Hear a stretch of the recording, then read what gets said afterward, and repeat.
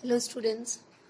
Students, we will go with the previous topic, that is sexual reproduction in flowering plants under how do organisms reproduce. Okay, because I feel that some of you have not understood it clearly, so because of that I will repeat that topic, that is sexual reproduction in flowering plants. As you all know that in the flower, in a bisexual flower, what is present, there are male and the female reproductive organs are present. The male reproductive organs are the stamens and the female reproductive organs are the pistils. Now in the stamens, filament is present and anthers are present, and inside the anthers the pollen grains are present. Okay, and in the pollen grains are uninucleate, there is only one nucleus. Now what happens, these nucleus, after the pollen grains falls on the stigma, the nucleus of the pollen grain divides into two, and these two nuclei are called as actually the male gametes. And what happens here in the ovary, okay, in the female reproductive organ or in the pistil consists of stigma, style and the ovary. So here in the ovary is present ovules, and inside the ovules is present egg. Okay, so what is fertilization here? Here when the nucleus of the pollen grain, it fuses with the egg of the ovule, then it is called as fertilization. But before that, it is very much important that the pollen grain, it is transferred to the stigma. Then only the pollen grain will reach the, then only the male nuclei of the pollen grain will reach the egg of the ovule. Then only fertilization will take place. So how the pollen grain reaches the stigma? By the process of pollination, and it occurs by various agencies like wind, water, okay, insects, animals. Now before that, I would like to explain you the structure of the ovule. Where is ovule present? Ovules are present inside the ovary. Okay, in the female, in the flowers, in the female reproductive organ of the flower, there is stigma, tube-like structure style, and below there is a swollen part which is called as the ovary.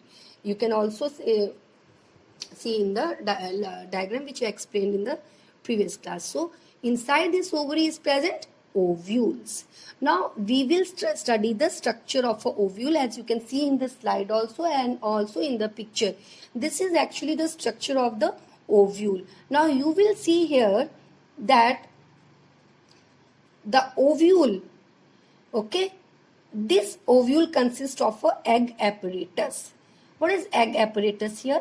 You can see in the ovule on top, in the center, one egg cell is there and two synergids are there. So these three form the egg apparatus.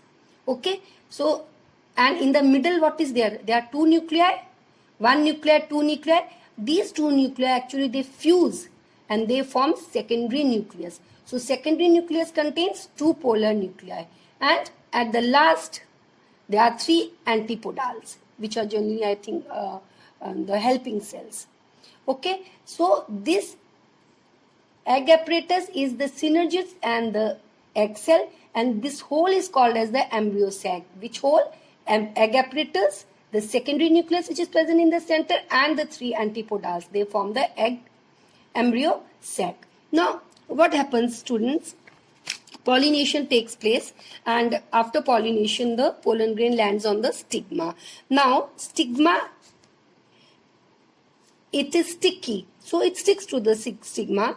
Here you can see in another picture, in the slide also you can see it's given, and also you can see in the picture, you can see here, and here you can see so many pollen grains landing on the stigma. And what happens here, the pollen grains, they absorb water and minerals from the stigma. Then what will happen if they will absorb water and minerals? They will swell, they burst, and when they burst they form a pollen tube. Now this pollen tube is what? It is formed by the this pollen tube is the part of the pollen grain, and in the pollen grain one nuclei is present. So that nuclei divides into two, and those two are called as the gametes. They are called as the male gametes. So pollen tube, what happens? It goes down and it reaches the ovary. Now what is present inside the ovary? Ovule is present. So pollen tube reaches the ovary and then it enters the ovule.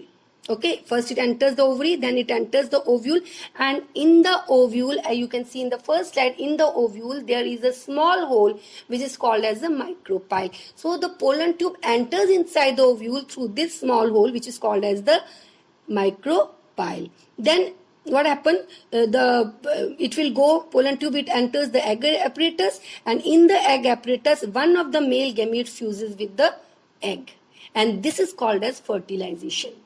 The fertilization in journal is the fusion of the male gamete with the female gamete. So here the one of the male gamete, it fuses with the egg. Egg is what? Egg is the female gamete, and this is called as fertilization. And a two-cell structure called as zygote is formed. Now what happens then? This zygote will divide, it will redivide, and a mass of cells will be formed, and this mass of cells then it will differentiate, it will form tissues, organs, and a small embryo is formed. What is embryo, children? It's a baby plant. Okay, so a small embryo is formed. Now one more gamete is left. Now this other male gamete, it fuses with the central secondary nucleus. In the center of the ovule, secondary nucleus is present. So the other gamete fuses with this secondary nucleus, and this is called as triple fusion, and a triploid is formed. And this triploid, it divides, redivides, and it gives rise to a nutritive tissue which is called as endosperm. And what is the function of endosperm? The function of endosperm is to nourish the developing embryo. So that is why it's called as double fertilization. Why? Because first fertilization is the fusion of one of the male gamete with the egg, and another one, the fusion of the another gamete with the secondary nuclei. Now this is fertilization. Now after fertilization, what happens? The sepals, petals and stamens, they wither off, style and stigma degenerate, and only ovary is left behind. Okay. Now and you also know, students, now this ovary forms the future fruit. What is present inside the fruit? Seeds are present. What is present here inside the ovary? Ovules are present. So this ovary forms the fruit and ovules forms the seed.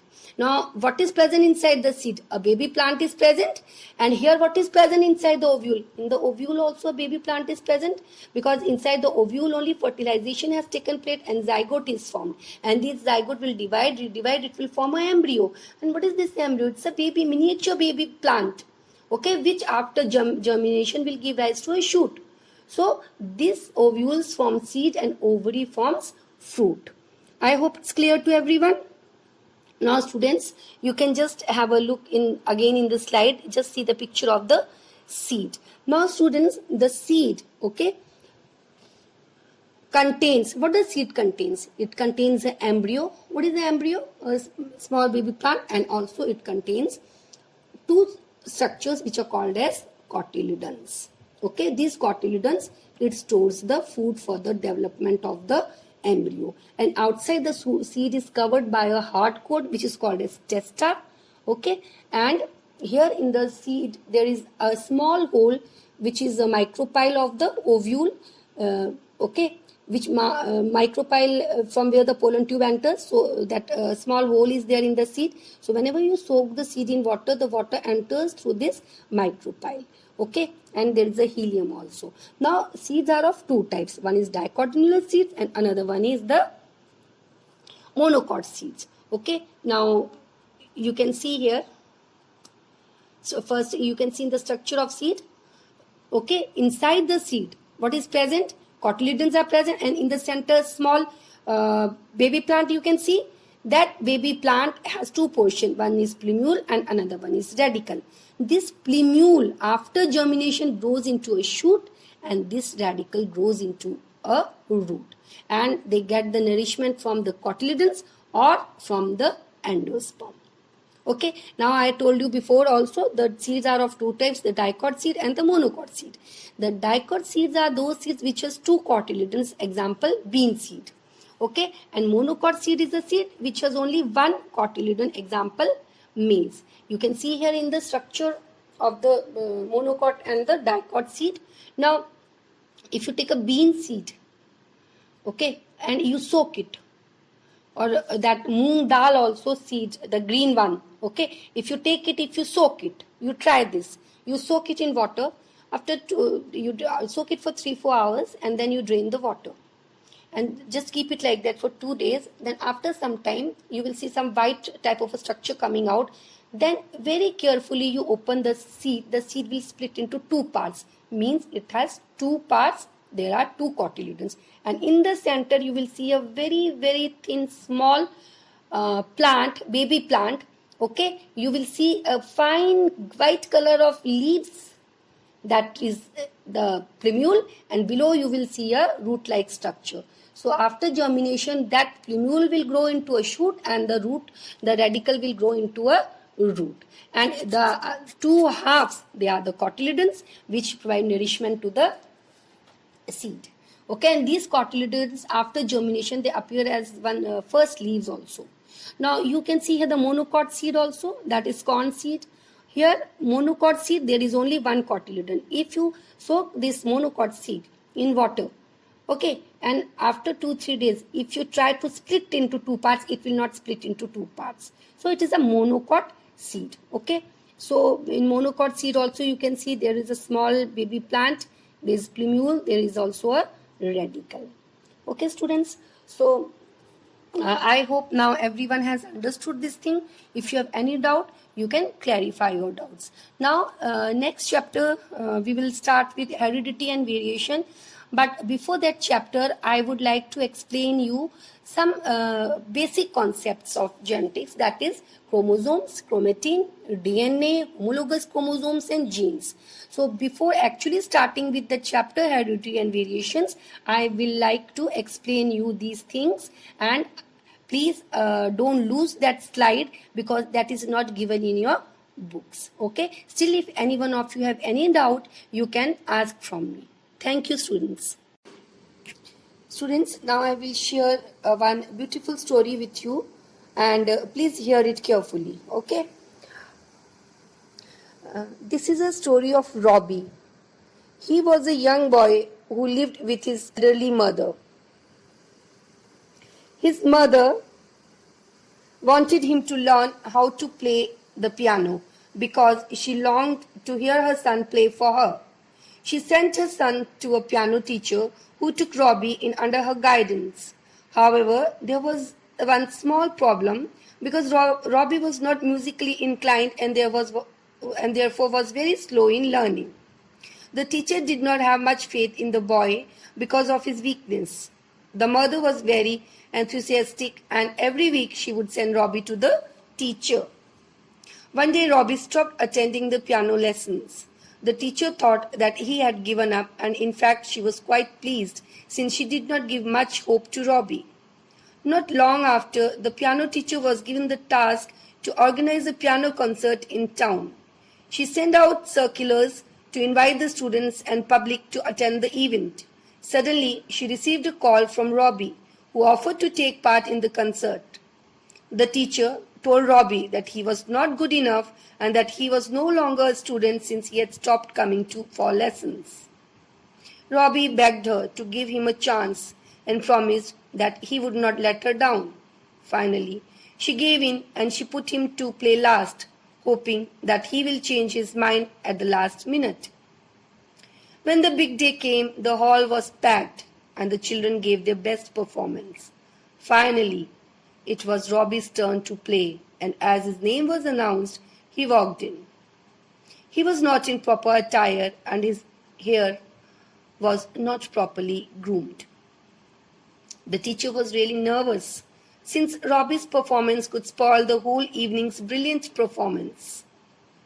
As Robbie started playing, the crowd became silent and was amazed at the skill of this little boy. In fact, he gave the best performance of the evening. At the end of his presentation, the crowd and the piano teacher gave him a standing ovation. The crowd asked Robbie how he managed to play so brilliantly. With the microphone in front of him, he said, "I was not able to attend the weekly piano lessons as there was no one to send me because my mother was sick with cancer.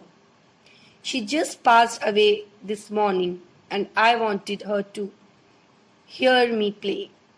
You see, This is the first time she's able to hear me play because when she was alive, she was deaf.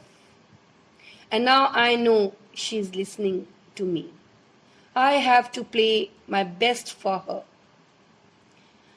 This is indeed a touching story of love and excellence.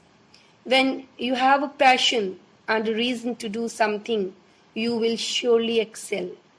You may not be talented or gifted, but if you have a strong enough reason to do something, you will be able to tap into your inner God gift potential. Motivational quote: find the good, it's all around you. Find it, showcase it, and you start believing in it. I hope students you liked the story. Thank you very much.